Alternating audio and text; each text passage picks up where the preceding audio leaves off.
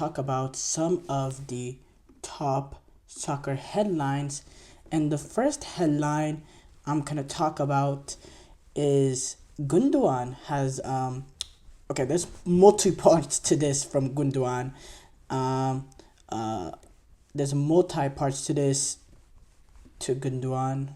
I'm gonna pull up exactly his statement real quick. It was a long statement.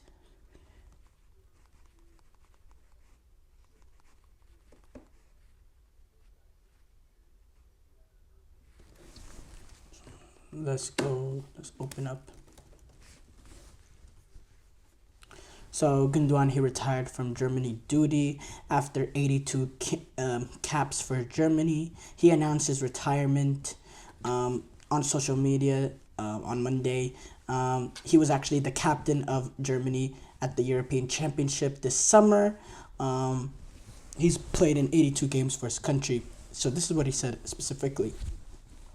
After a few weeks of consideration, I have came to the conclusion that it's time to end my national team career. I look back with great pride on 82 international matches for my home country, a number I could never have dreamed of when I made my debut for the senior national team in 2011. My highlight was definitely the honor of being able to lead the team as captain at our home European Championship last summer. After all these years, we have finally managed to make the nation proud again. I'm very happy that I was able to play a part in that. But even before the tournament, I felt a certain tiredness in my body and also in my head, which made me think, and the number of games at club and my national level is not coming down. I will definitely continue to be a fan of this national team, and I really hope that we will continue the upward trend together. And then there is nothing to come. That there's nothing to stop us from being one of the prime contenders for the title at the 2026 World Cup. We have a fantastic coach, a real strong squad, and a great team spirit. Gundogan,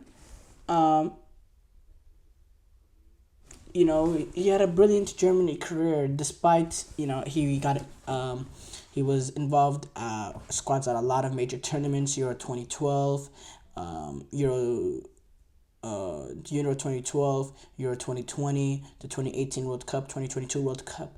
He missed out on the Euro 2016 in injury, and he actually missed out on the 2014 World Cup through injury. He would have been on the team, but he was injured for that team. But he's been involved a lot. He's been a mainstay, and he's not going to be the only one that's retired. Thomas Muller actually announced his retirement a few weeks or so ago. After Germany were eliminated by Spain in the quarterfinals. And on top of that, Gundogan's club future is also up in the air. With Barcelona, they've had registration issues, and Gundogan has expressed, according to reports in Spain, Gundogan has expressed that he wants to leave Barcelona before the end of the transfer window, only a year after being at the club. And there's also sources that say Manchester City could be keen on having his services back at the club. So yeah, that's interesting thing there. Santiago Jimenez is in talks with Nottingham Forest. Negotiations are on the way between Finerwood and Nottingham Forest for Santiago Jimenez. Now I'm not the biggest fan on Santiago Jimenez. I've seen what he's done for Mexico. He's particularly not brilliant in terms of quality, in my opinion, but you can't argue with the production at Finerwood and Nottingham Forest is clearly looking at that. He's been very productive at Finerwood. 53 goals in 89 matches is a brilliant display. So, that could be an interesting addition for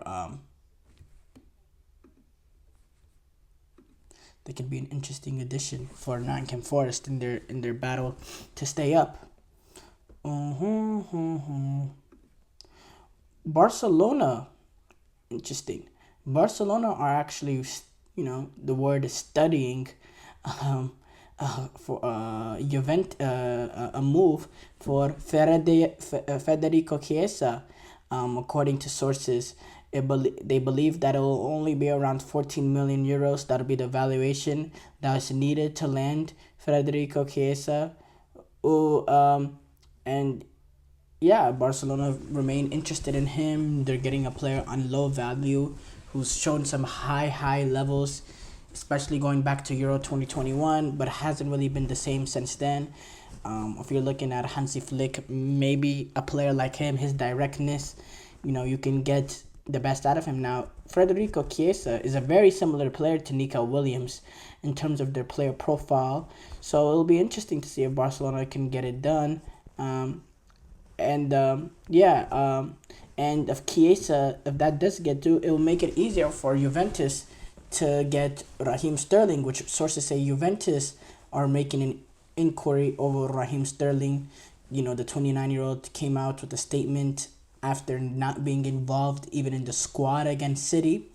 After Enzo Maresca left him out of the whole squad. So, a move could be likely there for Raheem Sterling, especially if Juventus has inquired for him. And I think that's a perfect move for both clubs. Now, Raheem Sterling, it's a new project. It's an overseas project. It's still at a top club playing Champions League football under a new coach with a new vision. He has brilliant. He does have ability still. He's not completely out of it. He can play himself back into the England setup by being able to get quality minutes game in, game out. I think it's a perfect move for him to continue to playing at the high level. And I think it's a good move of Juventus because Juventus, they need those sort of players that have quality at the club. Because, I'm looking at their starting 11 at Como, Vlahovic, Mbangula, Yildiz, Timothy Weah, Locatelli, Kferen Turam, Cabal, Bremer, Gatti, Cambiaso, Di Gregorio. It's a big fall off over where Juventus has been in the past. A player coming in like Raheem Sterling, he could be that sort of a leader, that talisman for you. He has ability to create opportunities. He's also a proven goal scorer at this level too. So I think it's a very good move for Juventus because they just need those sort of box office sort of players. I mean, I'm reading that starting 11 is very concerning. They were able to get the win 3-0 over Como, which, yes, is the most important thing. But Como's a newly promoted team. If you're really looking to challenge in Serie A, win, challenge in the Champions League, you need you need more ability there. Jamie Vardy, he's back in the Premier League. Leicester's back in the Premier League, and he's scoring goals in the Premier League, getting the equalizer in the 57th minute, taunting Tottenham fans, doing what he does first. Jamie Vardy. It was a great signing, not signing, but great sight to see, and it's brilliant to see him back.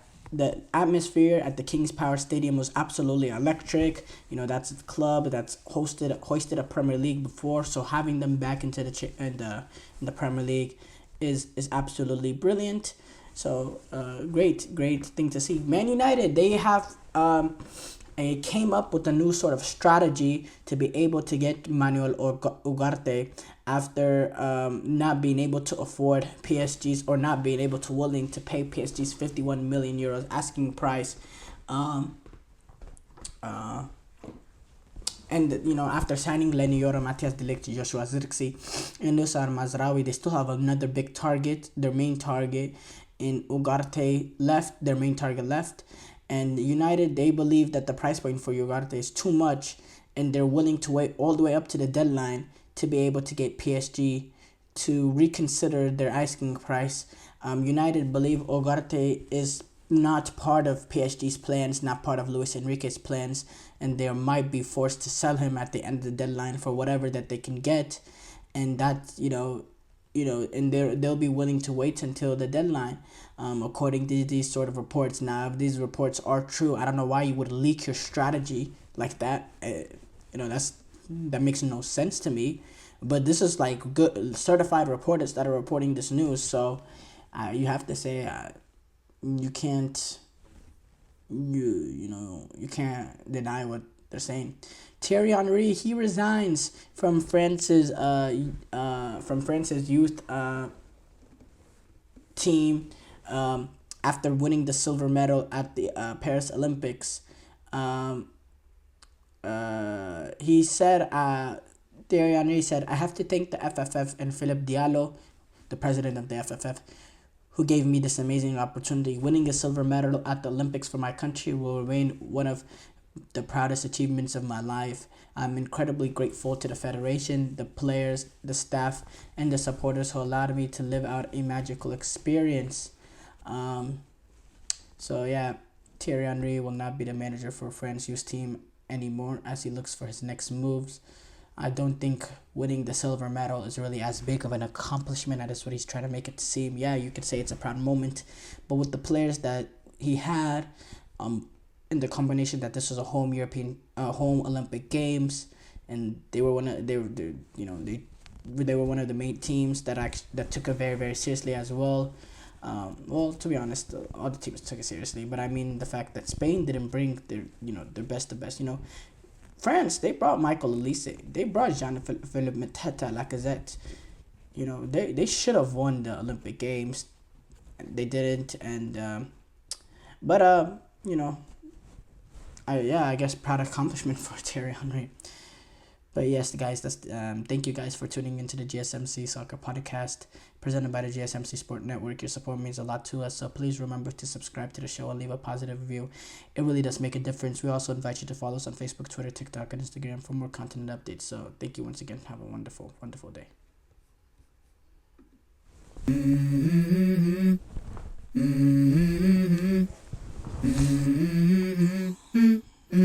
Let's go.